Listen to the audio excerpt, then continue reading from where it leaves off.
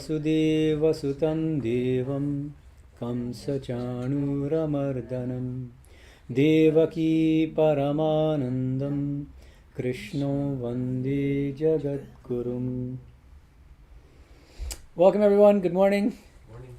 So this is our ongoing class on Bhagavad Gita in the light of Sri Ramakrishna. This is class 49. We're about to hit the big 50. That's a milestone, I'd say. And thank you all for continuing to participate both in person and online. We've had lots of thoughtful discussions and I hope we can continue to do so. Today, we are going to be discussing some of the most important verses in the entire scripture, the Bhagavad Gita, namely 29 through 32 of chapter 6 of Bhagavad Gita. For those of you who are new, we tend to use an app. And you can go to your app store and say Aurobindo Gita, and the developer's name is Vande Mataram, and you can download it. It has a star symbol.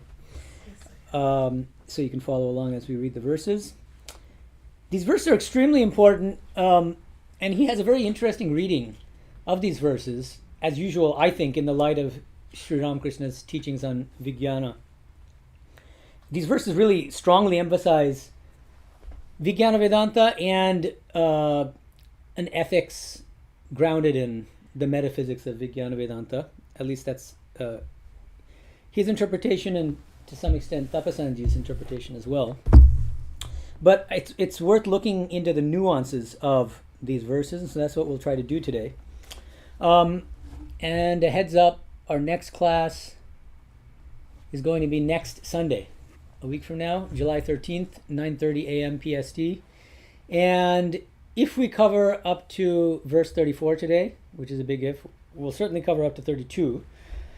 We might try to cover a couple more. Then we would cover next week 35 through 41 of the same chapter 6. No study questions. You'll be relieved to know. And then our last class of July is going to be the last Sunday of July. What is that? It's going to be Sunday, July 27th. So the next two classes are Sunday, July 13th, 9:30 a.m. and then Sunday, July 27th, 9:30 a.m. And we'll hopefully complete chapter 6, but can't be sure. We don't want to rush. Okay, so that's the plan. So let's plunge into these verses 29 through 32.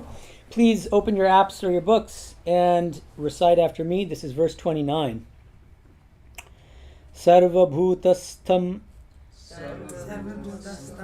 atmanam sarva bhutani chatmani ikshate yoga yuktatma sarvatra samadashanaha. I'm going to suggest we actually read through all four of these verses right now, and I'll give the translations of Aurobindo, and then we'll discuss, because they're of a piece. Okay, so now 30. Yo mam pashyati sarvatra sarvam cha mayi pashyati tasyaham na pranashyami sacha me na pranashyati. 31. Sarva bhuta sthitam. Everybody. Sarva bhuta sthitam. There we go. Yo mam bhajati ekatvam astitaha sarvatha vartamanopi sayogi mai vartate. 32. Atmaupamyena. It's a mouthful. Atmaupamyena sarvatra samam pashyati yorjuna sukham va Yadiva dukkham sayogi paramo mataha. Very good. Okay, so let's go back to 29. So first, rough translations. I'll read Sri Aurobindo's translations. Okay, so 29. The person whose self is in yoga sees the self in all beings and all beings in the self. And the word for self here is Atman. Okay? He is equal visioned everywhere. So that's significant. Keep in mind that verse 29 focuses on seeing the non-dual self everywhere. Okay? And if any of you are familiar with the Isha Upanishad, mantra 7, 6 and 7, I believe, talk about exactly the same kind of realization, where you see the self in all. Interestingly, though, the very next verse, Krishna throws a curveball at us, because now instead of this language of Atman, you get the language of me. Not me, Medhananda, but me, Krishna. Suddenly Krishna, in a chapter which is otherwise dominated by the practice of meditation on the non-dual self, right? The Atman is used everywhere. Suddenly he switches to the me, the divine me. And Sri Aurobindo thinks that's highly significant. So the translation of 30 would be something like, he who sees me everywhere and sees all in me, mam and mai, to him I do not get lost, nor does he get lost to me. 3 times me is used in this verse suddenly, right? So that's what we're thinking about. Now, 31. The yogin, this is his translation of 31, the yogin who has taken his stand upon oneness and loves me in all beings. Bhajati literally means worship, but Sri Aurobindo here takes it to mean love. It's interesting because I joined at Vivekananda University long back in 2010, and the vice chancellor at the time, who's now the pro-chancellor, he's still the head of the center. His name is Swami Atmapriyananda. And he's very learned in the scriptures. He's memorized a lot of them. And I told him, I said, Maharaj, I don't see, there's a lot of bhakti in the Gita, but I don't see love, like prema, in the sense that, whereas it's like the Bhagavata Purana, this other scripture is full of prema, ecstatic love, the kind of love that Sri Ramakrishna had for Kali and so on. And I found, and he said, that's, he kind of agreed. But what Sri Aurobindo does is he says that you can interpret terms like bhajati, which is used sometimes in the Gita, as love. So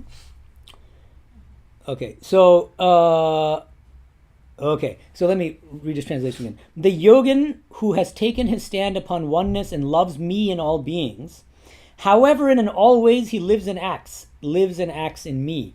This phrase, however and in all ways he lives and acts, this is a translation of the Sanskrit sarvatha vartamanopi. Sarvatha vartamanaha api. No matter what state you're in, you can do, so there are different ways of interpreting this phrase, but Sri Aurobindo takes this to mean however and in all ways this person lives and acts. Meaning there's no one way to be in the world as a liberated being. You can do anything so long as this, what he calls the law of his or her dharma is in place, which is loving God and seeing the divine in all beings. Okay.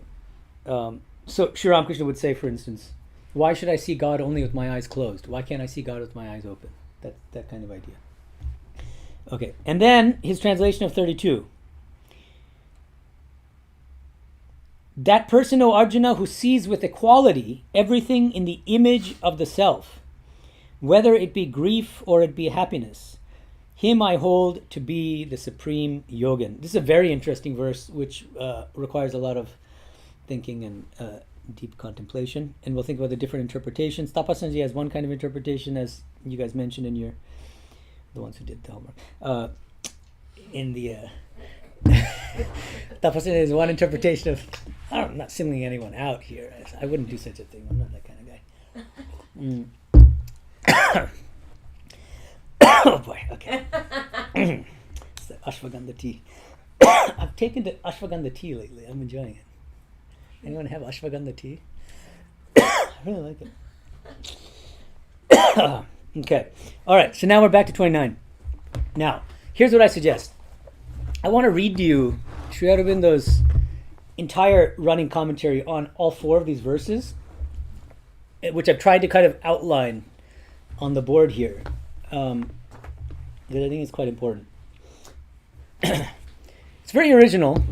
What he's trying to do is he's trying to read these 4 verses as a logical development of ideas, and at the same time as successive stages in spiritual realization as well.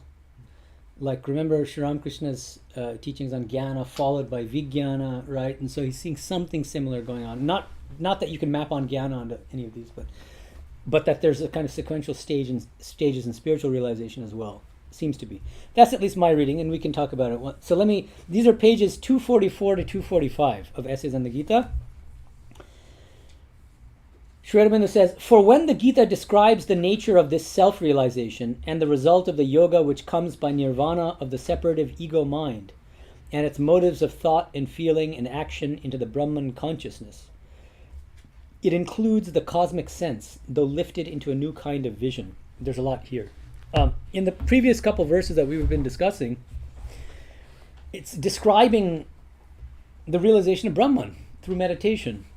And Gita, one of the questions you had, which I guess we can address briefly here now, is you were thinking that you can interpret verse 27. Remember, last time we were discussing how in verse 27 there's this phrase, Brahma Bhutam, becoming one with Brahman. And then in the next verse, verse 28, you have Brahma Samspasham, the person who enjoys contact with or the touch of Brahman, Samspasha, Spasha in Bangla.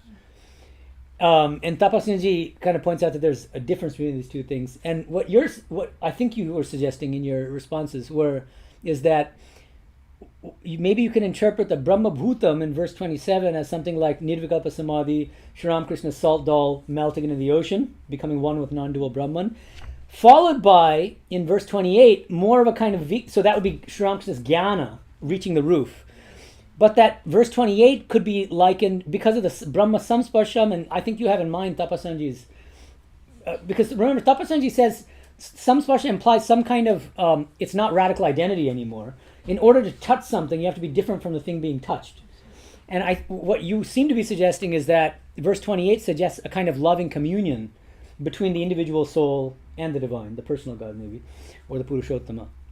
And so maybe we can interpret 28 and the following verses as the movement from jnana, Sri Ramakrishna's jnana, to Sri Ramakrishna's vijnana.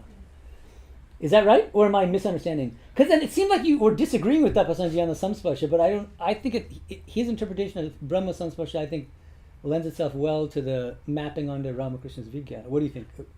I see this as coming down from samadhi as most people think of it, not vijnana. Oh, not vijnana. Oh. But just coming down and being in it, wanting to meditate a lot. Oh, like Totapuri or something. Yeah, and okay. But always having that bliss. Okay. Because instead of being that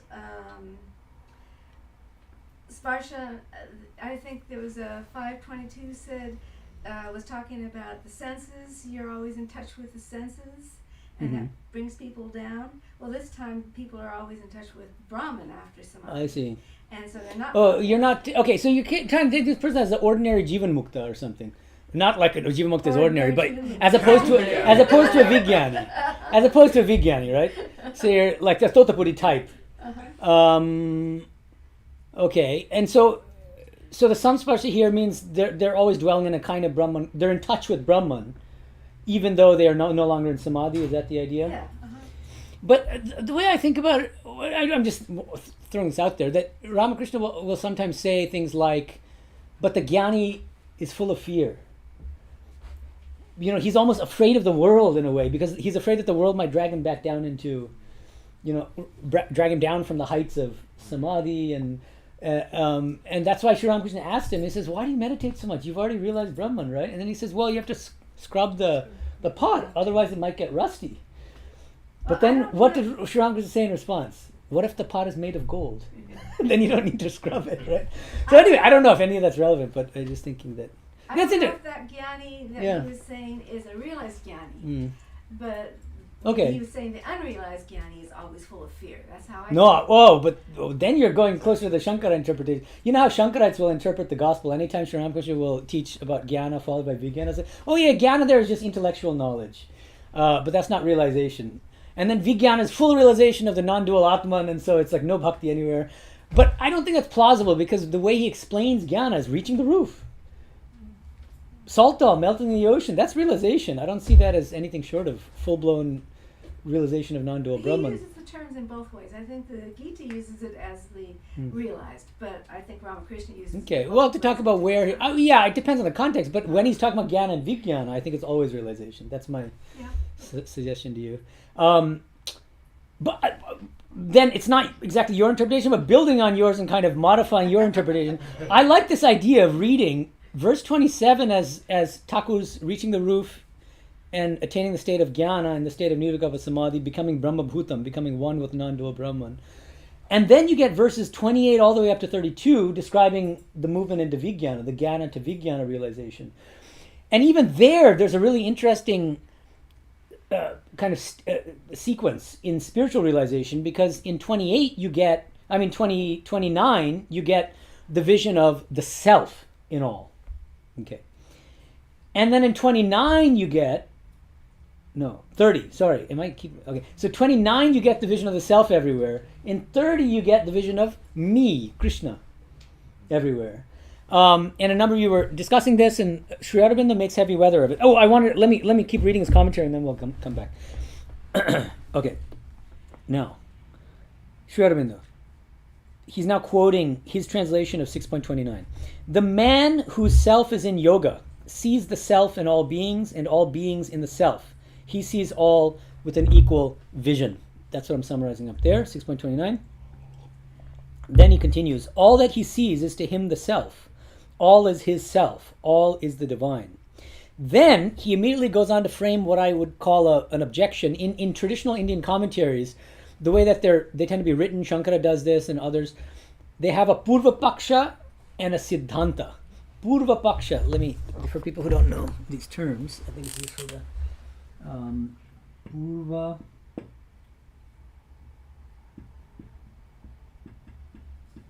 Purva Paksha and Siddhanta.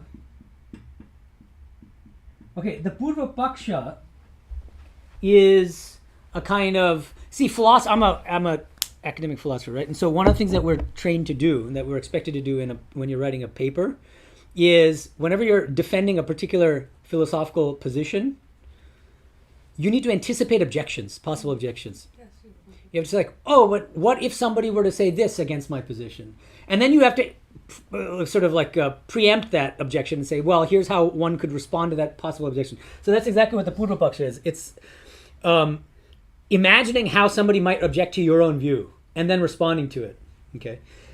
And so what Sri Aurobindo does, I think brilliantly, now whether you agree or not with the details of his interpretation, that's up for grabs, and you can agree with some parts and reject other parts, but the way he reads all the sequence of ideas from 629 to 632 is as a series of affirmations and descriptions of states of spiritual realization and insights, followed by, and then it kind of implicitly raises a potential objection to that view. And then in the next verse, responds to the objection. And then again, another objection comes up and then responds to that objection. So he sees it as this kind of objection response kind of sequence of ideas. It's very interesting. So the first objection that he raises is as follows. He says, but is there no danger if he dwells at all in the mutability of the kshara, K-S-H-A-R-A? What chapter is that from and what's the context? 18. No. 15. 15, yes. And what is the kshara? Purushottam has talked about the... So what are you going to say?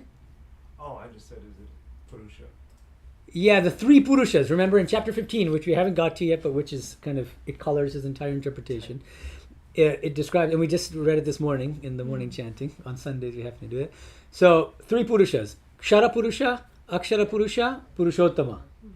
And Kshara Purusha, Kshara Sarvani Bhutani is the way that Krishna defines the Kshara. It means I am present, manifest. I manifest myself in this world of names and forms as all beings.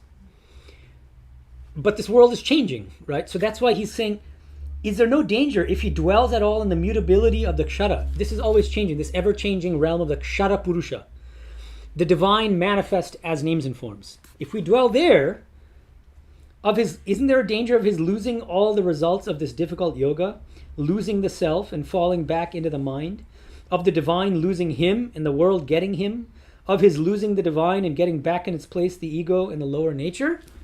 So I summarize that objection as, might it not be safer just to identify with the inner self and ignore the world?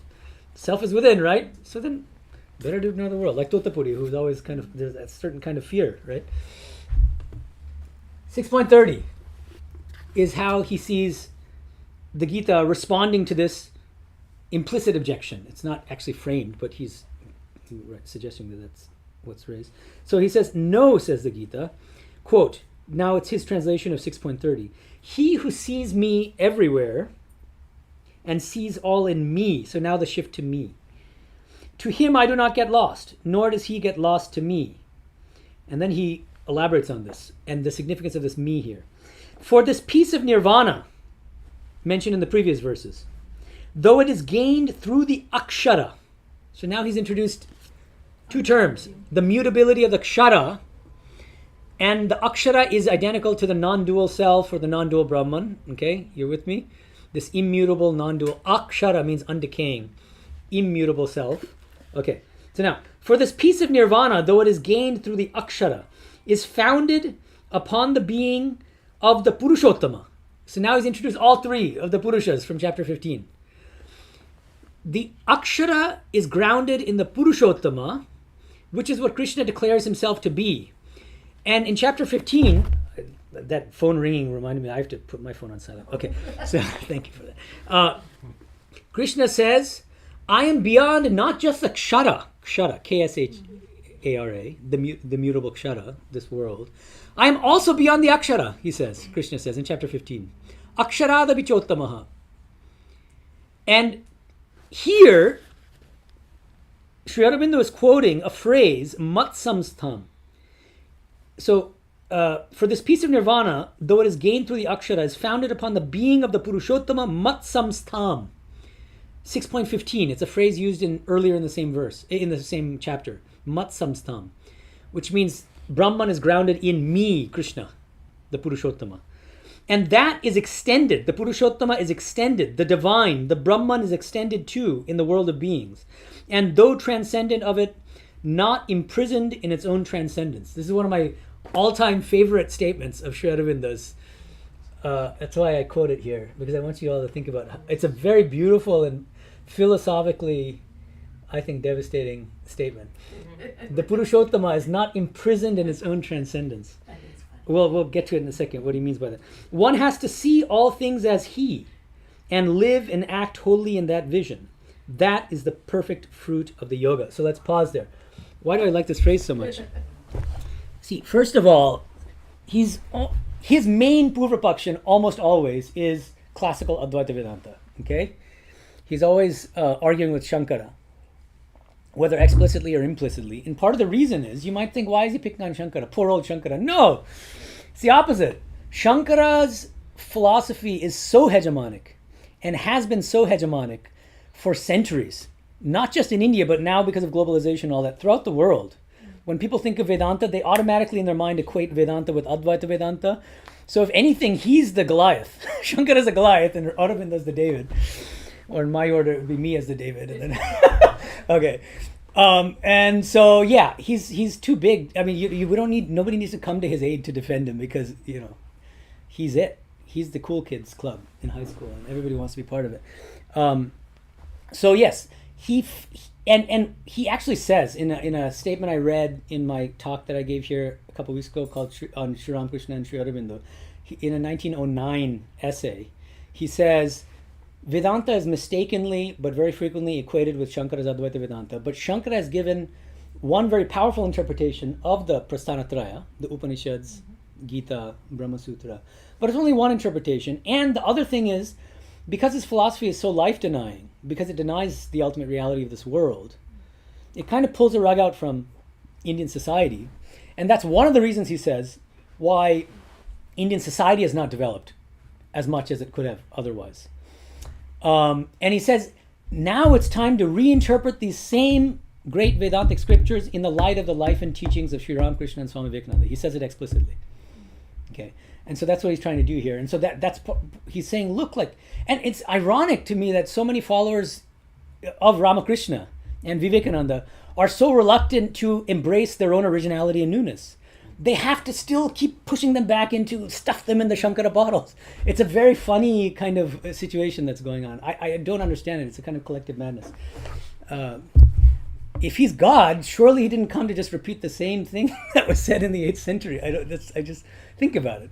But anyway, so with all that in mind, why did I go on that tangent? Oh my goodness. No, imprisoned in its own transcendence.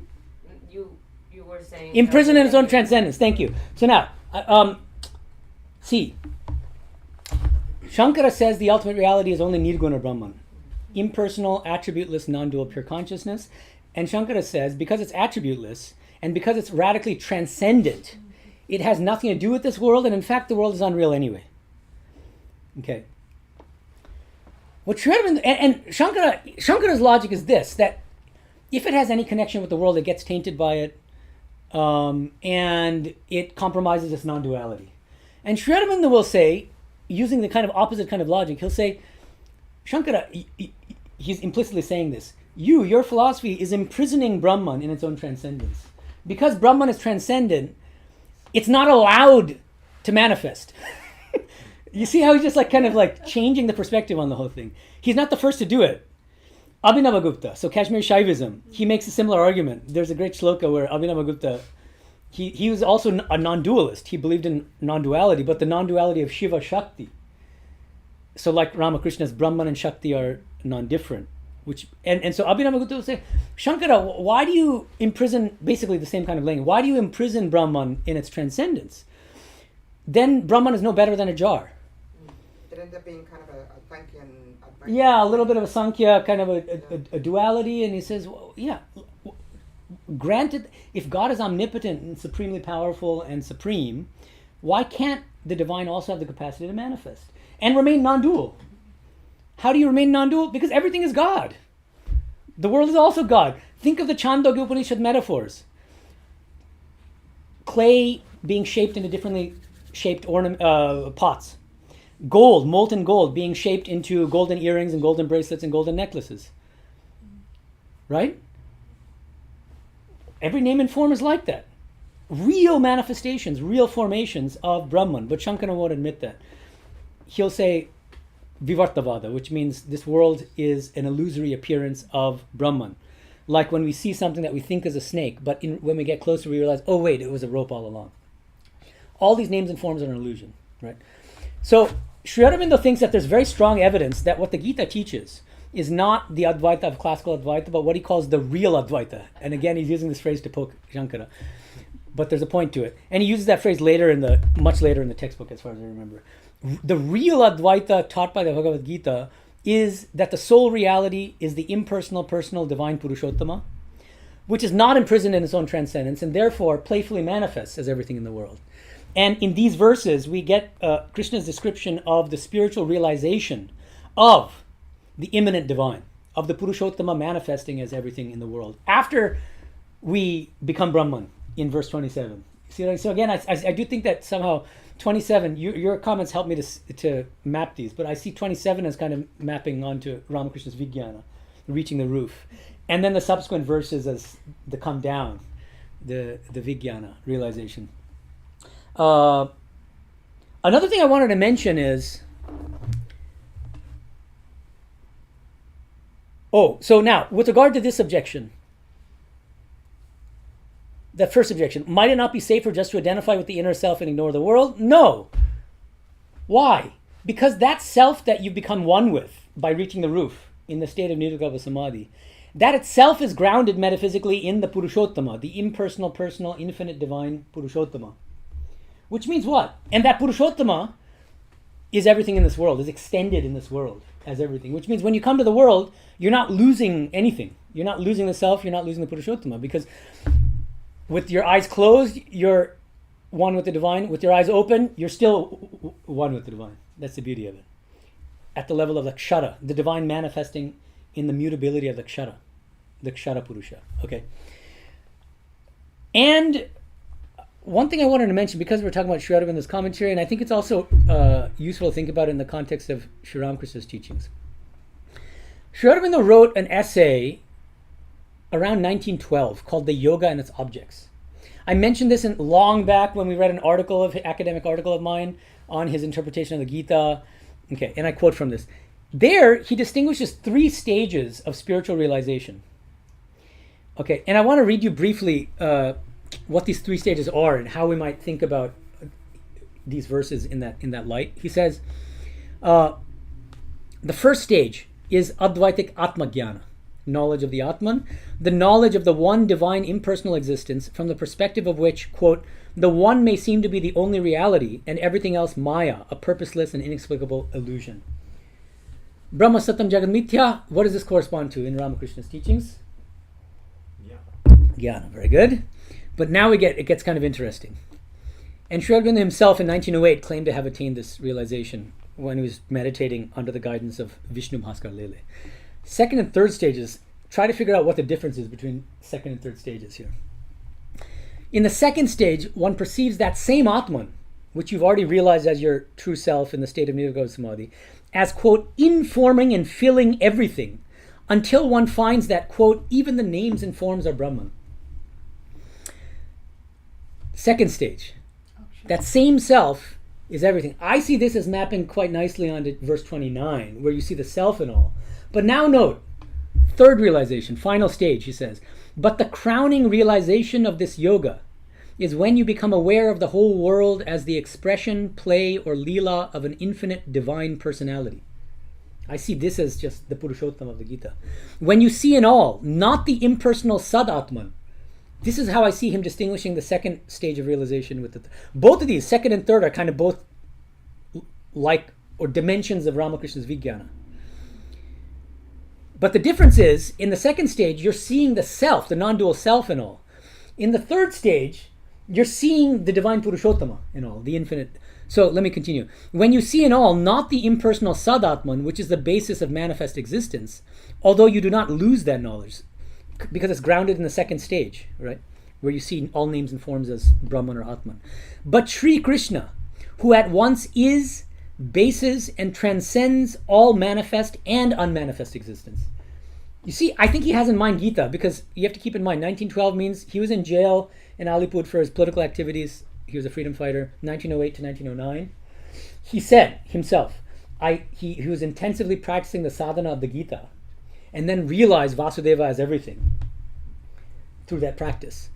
And he's steeped in Ramakrishna and Vivekananda, so all of that. And Vivekananda comes to his jail cell every day for 2 weeks, for a fortnight, teaching him about the planes of consciousness leading up to what he calls supermind.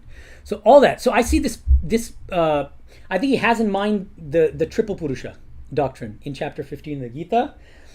And he's saying that Sri Krishna, the third realization is you don't realize just the Akshara Purusha, if we're using the Gita's terms here, as manifesting as everything in the world. But you realize the Purushottama, which is manifest in the Kshara and also has the Akshara dimension, which you've already realized in the first stage, as being you're one with that as the salt dome melting in the ocean, right? So Sri Krishna, who at once is, bases, and transcends all manifest and unmanifest existence. Manifest is Kshara Purusha, and unmanifest existence, Akshara Purusha. And the Purushottama is beyond both, chapter 15. See how nicely it maps onto. So I think these 3 stages from this early essay actually help us to understand how he's interpreting. So verse 29 would be something like the second stage of realization. Verse 30 would be the realization of the Purushottama, rather than just the non-dual self and everything. And it's interesting, if you look at the gospel, when Sri Ramakrishna explains the Vijnani's realization, he'll usually, as far as I can tell, and others can correct me if you want, but always based on you have to read the Bengali here for the nuances that I'm about to talk about. He usually says, Vijnani dekhe Brahmai Chaturvingshi Tattva hoyechen. The Vijnani sees that Brahman itself has become the 24 cosmic principles. And one thing that has always struck me about that is, well, wait a minute, but Sri Ramakrishna himself says Brahman is Nishkriya. যখন তিনি নিষ্ক্রিয় তখন আমি ব্রহ্ম বলে কয়, যখন তিনি সৃষ্টি প্রলয় করছেন তখন আমি শক্তি বলে কয়, কালী বলে কয়. He says, when I think of that ultimate reality as nishkriya, which means inactive, static, then I call it Brahman. When I think of the same reality as creating, preserving, and destroying this world, then I call it Shakti or Kali. But then, I think there's some trouble mapping, right? Because then, wait a minute, how can the Vijnani see Brahman becoming the 24 cosmic principles? Brahman's supposed to be inactive. It shouldn't be manifesting. Shouldn't it be Shakti? So the way I've always understood it is that Brahman, because Brahman and Shakti are non-different, according to Sri Ramakrishna, Brahma Shakti Abhed, when he says the Vijnani sees Brahman becoming the 24 cosmic principles, what he means is, we have to add the words, Brahman in its Shakti aspect, Brahman as Shakti, as the dynamic Shakti, manifests as the 24 cosmic principles. That's how I've always understood it. But now, in light of these verses, thinking more about that, and in light of the 3 stages in Sri Aurobindo's that essay, the 3 stages of spiritual realization, I wonder whether Sri Ramakrishna himself also is not saying that maybe his Vijnana has these 2 different dimensions, possibly, and that there's a stage of Vijnana realization where you see the non-dual self, which you are, right? Which you realize when you reach the roof of the house in Nirvikalpa Samadhi.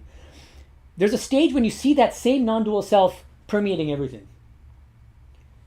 And then there's a subsequent deeper stage of spiritual realization, which is also part of Jnana, but the kind of culmination of Vijnana realization, where instead of seeing the non-dual self, you see the Purushottama pervading the entire universe. So in essence, as a seed of jhana within the What is the seed of, a seed. What is the seed, sorry? Like a beach, like an essential quality, even though it is supposed to be attribute-less. So it's, an essential, I guess, seed of knowledge, I guess, within all of existence, and then actually seeing it as an active, growing thing throughout existence. So, an explanation of those 2 kind of stages. Yeah, I think I think it's tricky, but I do think somehow that maybe, like Sri Aurobindo is saying, that there's a difference at the phenomenological or experiential level between the realization of the self and all, and the realization of the impersonal, personal, infinite, divine Purushottama and all.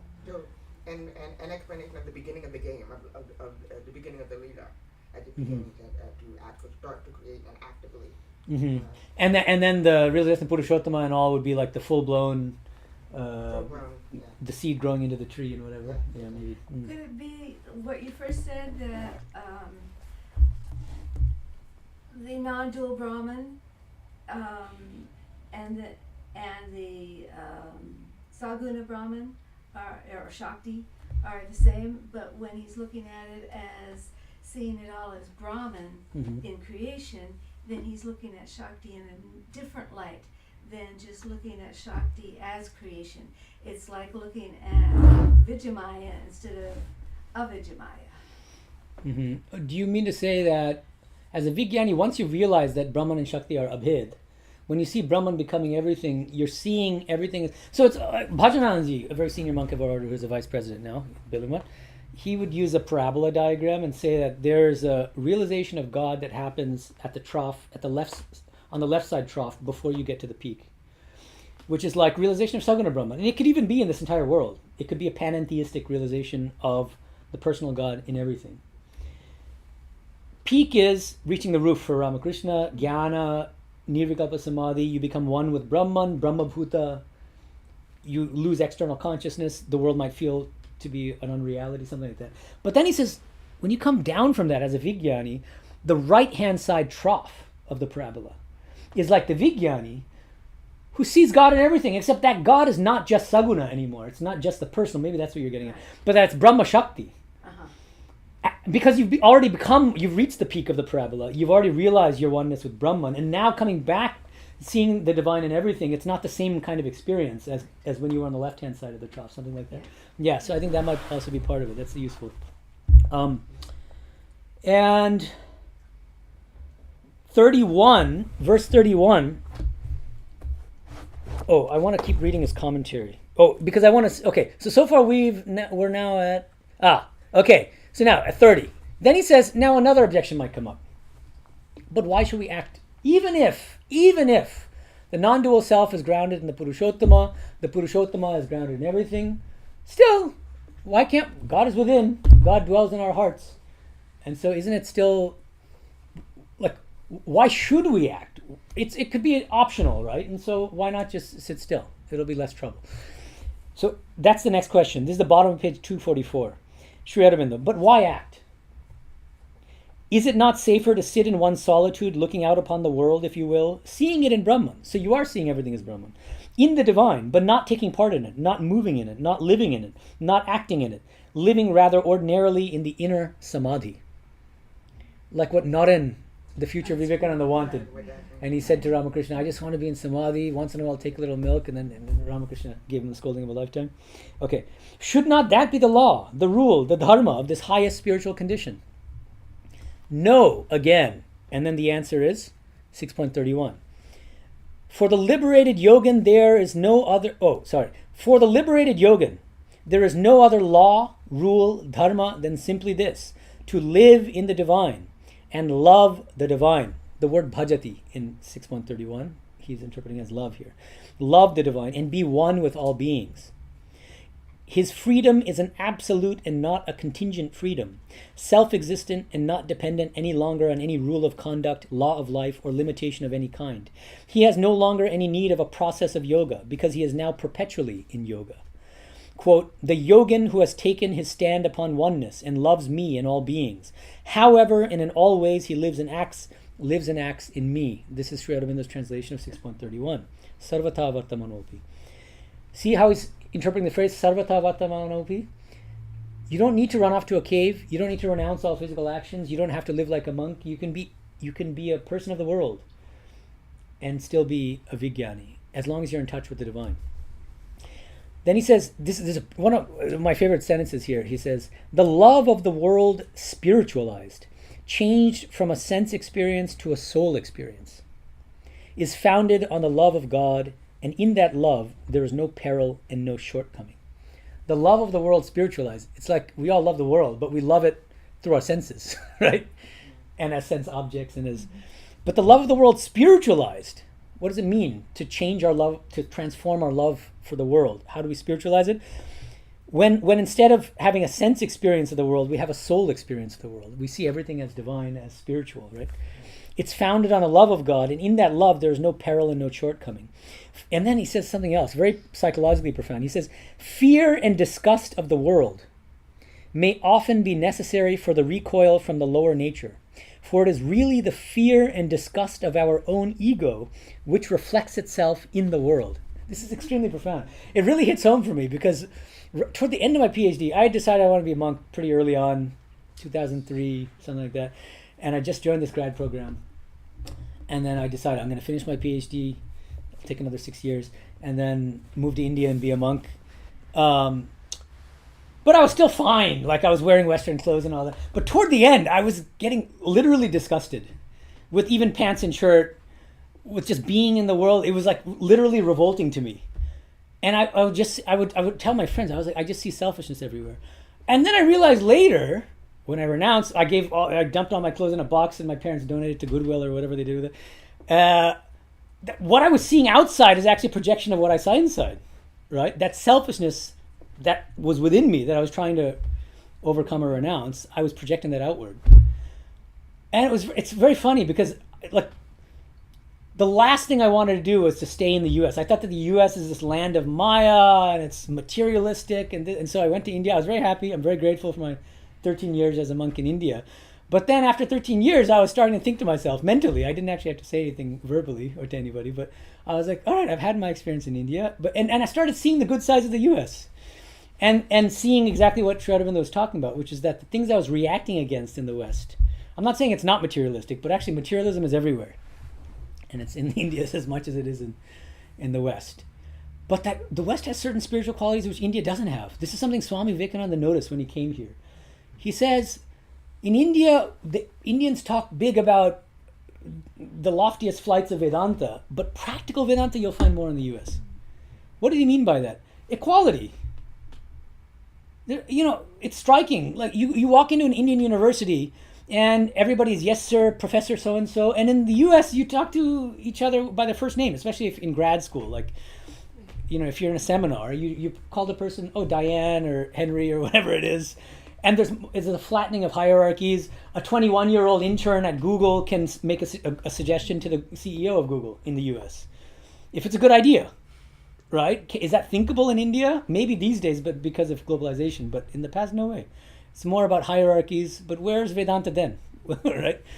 So this is, I think, really something worth thinking about, this sentence about how when this feeling of disgust toward or revulsion toward the world may actually be a kind of reflection, a projection outward of something that you're revolting against within yourself. Through the purification of the mind and that diminishment of the ego, you start to actually apply that to your vision of the world.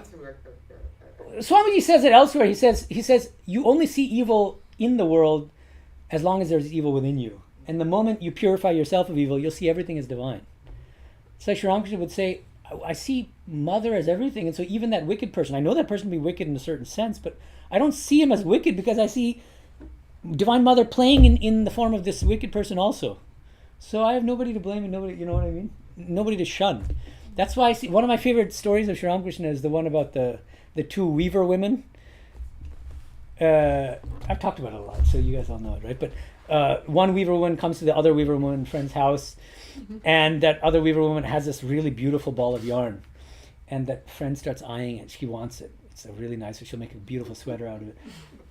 And then she's thinking to herself, how do I steal this? And she waits for her friend to be cooking something or something, and she slips it under her armpit. And this other friend is not stupid and naive, and so she recognizes that she stole it.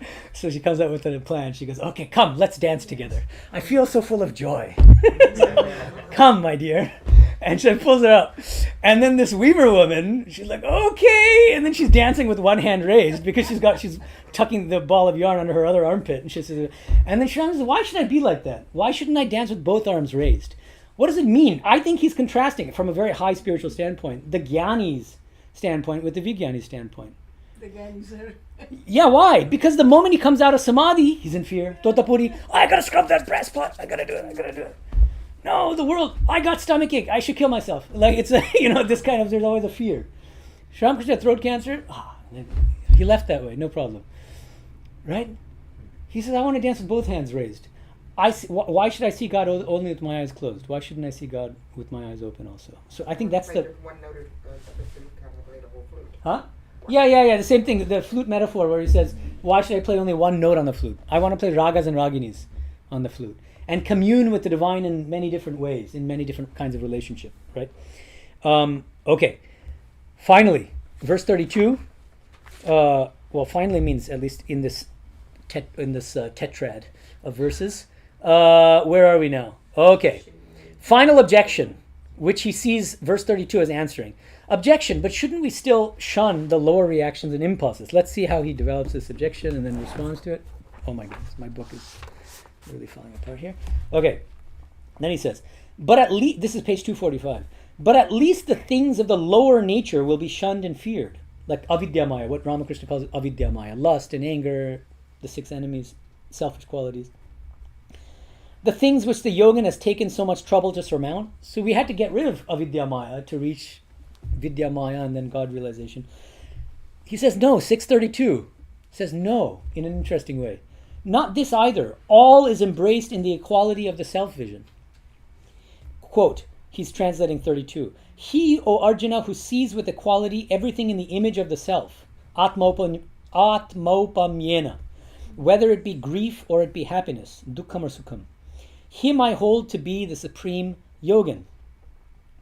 And then he says, this is very interesting and worth thinking about. He says, and by this it is not meant at all that he himself shall fall from the griefless spiritual bliss and feel again worldly unhappiness, even in the sorrow of others. But seeing in others the play of the dualities which he himself has left and surmounted, he shall still see all as himself, his self in all, God in all, and not disturbed or bewildered by the appearances of these things, moved only by them to help and heal, to occupy himself with the good of all beings, to lead men to the spiritual bliss, to work for the progress of the world Godwards. He shall live the divine life, so long as days upon earth are his portion. The God-lover who can do this can thus embrace all things in God, can look calmly on the lower nature, and the works of the Maya of the three gunas, and act in them and upon them without perturbation or fall or disturbance from the height and power of the spiritual oneness, free in the largeness of the God vision, sweet and great and luminous in the strength of the God nature, may well be declared to be the supreme yogin. He indeed has conquered the creation. Jita Sargaha. That's the phrase from 5.19. Then, the last sentence that I'll read. The Gita brings in here, as always, bhakti, devotion, as the climax of the yoga. And then he quotes from 6.31. Sarva bhuta stitam yomam bhajati ekatvamasitaha. Which, again, it just means the yogin who has taken his stand upon oneness and loves me in all beings. That may almost be said to sum up the whole final result of the Gita's teaching.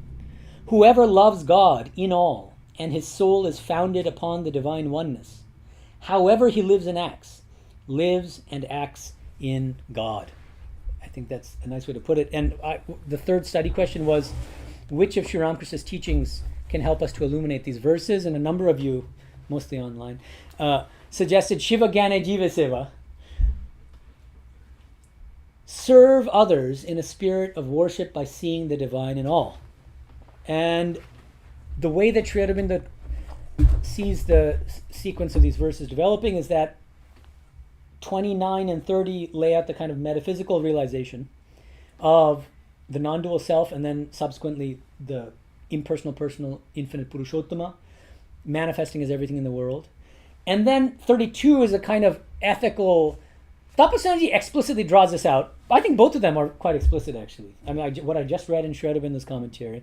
And then Tapasanji also suggests that verse 32 is kind of deriving the ethical implications or consequences of the metaphysical vision laid out in the previous verses. If the divine is all, then what should you do? Well, worship God by serving everyone in a spirit of worship, right? But I think it was Gita, it might be other people too, who objected to one aspect of Tapasanji's reading. Let me read to you Tapasanji's reading of 32. He says,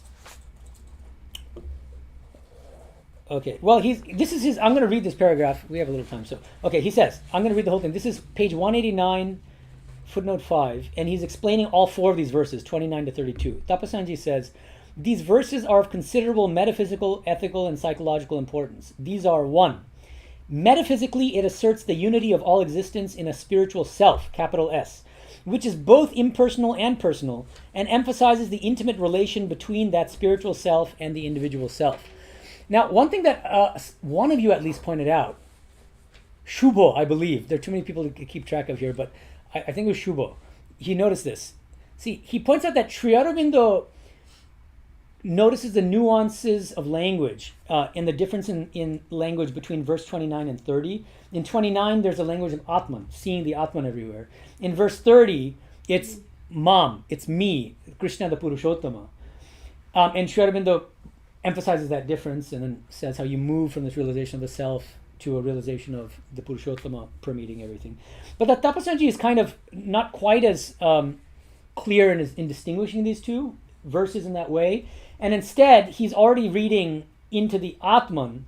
So they're agreeing. I think fundamentally they are in agreement. I'm not saying that there's a big difference between Tapasanji's interpretation and Sri Aurobindo's.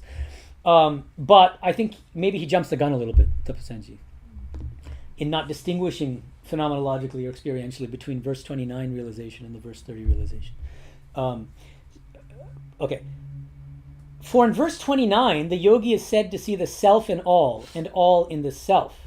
In the very next verse, I, the Supreme Lord, is substituted in place of self, thus indicating the basic unity of both. Well, here I guess he is pretty much just saying exactly what Sri Aurobindo is saying.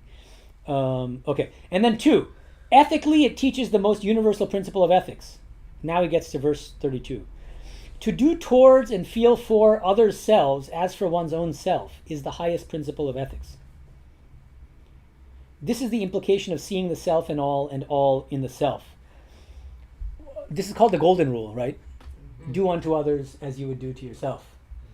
And I think it was Gita, right, who kind of objected. You said like that's kind of not trivializing, but yeah. But go ahead. You want to? I thought of an answer to that. Yeah. That maybe it's the monkeys feel like they're the ones doing. So therefore they are The baby going by monkey that- of the Ramakrishnas, the baby monkey versus baby kitten. What? So what? So they're going by that golden rule, and then it's valid for monkeys. Oh, I see. Okay, But yeah. kittens Mhm. don't.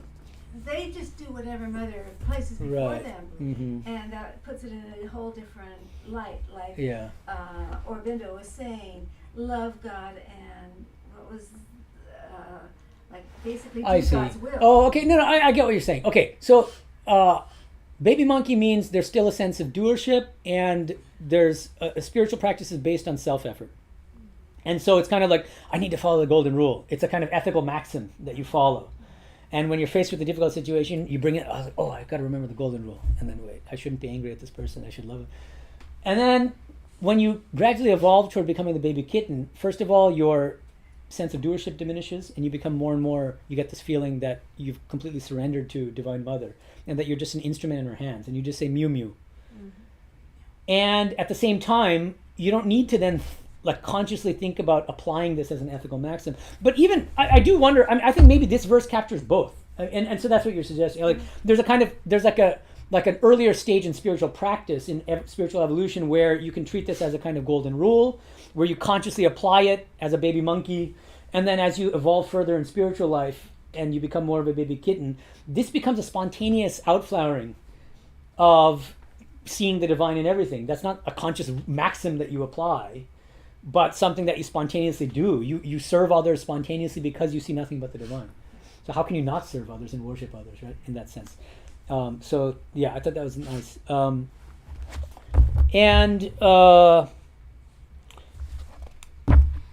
I wanted to mention in this context a few incidents from Sri Ramakrishna's life. A number of you mentioned these. I think you mentioned them, and then a few people online also mentioned these too. There are two incidents that come to mind here. One is, toward the end of his life, Sri Ramakrishna is bedridden with throat cancer, and suddenly he feels tremendous pain, like his heart is like being wrenched with pain. And he tells Kali, the future Swami Medhananda, hey, go outside, somebody's trampling the grass. And I'm feeling it, it's paining me. Kali runs outside and sees that there's a gentleman walking to and fro over the lawn. And he asks the person to stop, and then Sri Ramakrishna gets relieved. So that's one example. And then a second one, this is mentioned, these are both mentioned in Leela Prashango, Sharadanandaji's biography, earlier in his life. When he sees, I believe correct me if I get the details wrong, but I believe there are two boatmen on a boat, and one beats the other, like smacks him really hard on the back. And Sri Ramakrishna looks at them and witnesses the act, and then actually there's a kind of a gash or a wound where the boatman, like on the same part of his back as it was on the person that he struck. So he felt it so intimately. Okay. These are the two incidents that come to mind. Some of you mentioned the same ones. But Sri Aurobindo throws an interesting kind of curveball into this whole thing. Because remember what, I already read it, but he says, by this it is, so he's talking about 32 here. By this it is not meant at all that he himself shall fall from the griefless spiritual bliss and feel again worldly unhappiness, even in the sorrow of others. But seeing in others the play of the dualities which he himself has left and surmounted, he shall still see all as himself, his self in all, God in all, and not disturbed or bewildered by the appearances of these things, moved only by them to help and heal, to occupy himself with the good of all beings, to lead men to the spiritual bliss, to work for the progress of the world Godwards. He shall live the divine life so long as days upon earth are his portion. The way I read this is, there are two ways of having a kind of, or exercising a kind of spiritual empathy toward others. One is to literally feel others' pain as your own. And Sri Ramakrishna would sometimes feel that. When Keshav died, he couldn't get out of bed for a couple of days. And you might think, well, how is that consistent with being a realized soul and all that? But I think that's part of the function of an avatara. See, if an avatara is too far above us, he becomes unrelatable. So I do wonder whether, like, there are certain incidents in Ramakrishna's life where he identifies so closely with the anguish of others. Swamiji too. There's a beautiful incident, a touching incident, when Swamiji is on a balcony and he's weeping by himself. He didn't think that there's anybody. And he's just crying. And he's singing some beautiful song, but a very mournful song. And Turiyanji is wondering, like, what in the world is he so sad about? And then he realized that he was crying, thinking about the anguish of humanity, how much other people are suffering, the people in the world. And so I think these great souls, these Ishvara Kotis, these avatars, they'll kind of take up your burden, and that's part of their role, as part of the reason why the divine comes to this earth. If they're too aloof, then they won't feel it. But then Sri Aurobindo, so I think that's one part of it. So Sri Aurobindo is not emphasizing that side of it, but I think that one can. Some of you suggested this, that you can read those incidents from Sri Ramakrishna's life into this verse 32, feeling the lashings or the beating of that boatman, feeling the trampling, the pain that the grass is suffering when the grass is being trampled over by that gentleman, right? But then but at the same time, he's not, even when he's feeling that pain, he's still fully stationed in the Purushottama consciousness, right? He never comes down from it. But then there's another state in which you recognize the anguish and pain in other people without directly identifying with it. I think that's a kind of, I think that's more along the lines of what he's saying. So that even when you see the grief in other people, the lower impulses, all the evil in the world, you don't get pulled down, you don't identify with it. You can see it calmly, stationed in the divine. Yeah. When somebody's at that extremely high stage, isn't it that they're seeing it all as divine? And therefore, when it's just like Ramakrishna with his suffering, even though it was bad suffering, at the same time he could feel the joy and the bliss of Divine Mother and everything.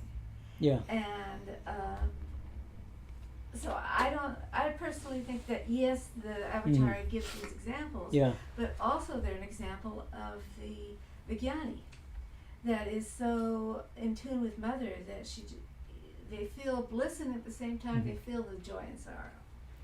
Yeah, well, yeah. I think. And actually, in the context of a throat cancer, even in the gospel, there are a few places where he gets a little bit pouty, like a child, and he says to M, "Why isn't this going away? How long will it take for this thing to go away?" And M says, "It's going to be a while, probably." And but because he has child mode, and then he has the divine mode, and there are other times when he's speaking as Avatara, where he says, "You know what? There's a reason why I'm having this throat cancer."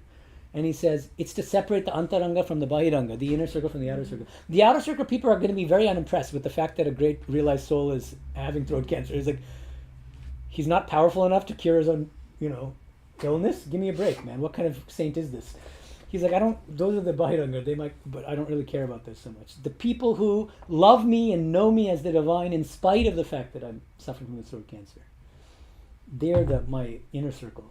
But the fact that the people at this level, the Vijnanis, accept the sorrow at all instead of being at the aloof or something, right? Stage where you're just oblivious to it. Yeah, I see. So it shows even their spiritual superiority in a certain sense, or greatness. Yeah, well, it's a different stage for sure. Yeah. So that's interesting. I mean, I do think that Sri Aurobindo is emphasizing more the kind of the Vijnani in 32 looks upon the grief in the world without identifying with it. But that Sri Ramakrishna adds another dimension to it, which is that the avatara, the Ishvara Koti can actually feel the grief and the pain of others, and literally cry. But in a certain way, that shows an even greater compassion and kind of identification with humanity. I think Swamiji says something like, "In this life, I fell in love with humanity," or something like that. It's a very beautiful statement. There's such pathos in that. Have any of you read Ashokananda's biography by Gargi called A Heart Poured Out? There's this one of my favorite lines in that. Ashokananda just says one day, he says, one of the hardest things to overcome, when you've overcome everything else, lust and greed and selfishness, he says, is the pathos of human existence. There's a pathos in being human. These people are talking from such a high level. Like, but there's a beauty in it, and there's in all of it, the anguish, the joy. From a very high altitude, it's like there's no other being. That's why, like, when you're in other lokas, like in heavens and whatever, the only loka in which you can make spiritual progress is this earth. You have to take a human body. That's what Vedanta says, right? For that reason. All right, thank you, everyone. That was wonderful. And our next class is, as I mentioned, sorry I couldn't read out particular answers. That you gave very thoughtful answers, but I hope I did summarize a lot of them at least. I know there are a lot of teachings of Ramakrishna and Vivekananda I didn't touch, but thank you. I did read through all the responses and they were very helpful. Next Sunday, July 13th, 9:30 a.m. No homework. Be grateful while it lasts. Thank you, everyone. Om Shanti Shanti Shanti. Hari Om Tat Sat. Shri Ramakrishna Arpanamastu. Swami Ishatmananji, the head of our Chicago Center, will be giving the Sunday talk at 11 a.m. Please come. He's a good speaker and a nice Swami.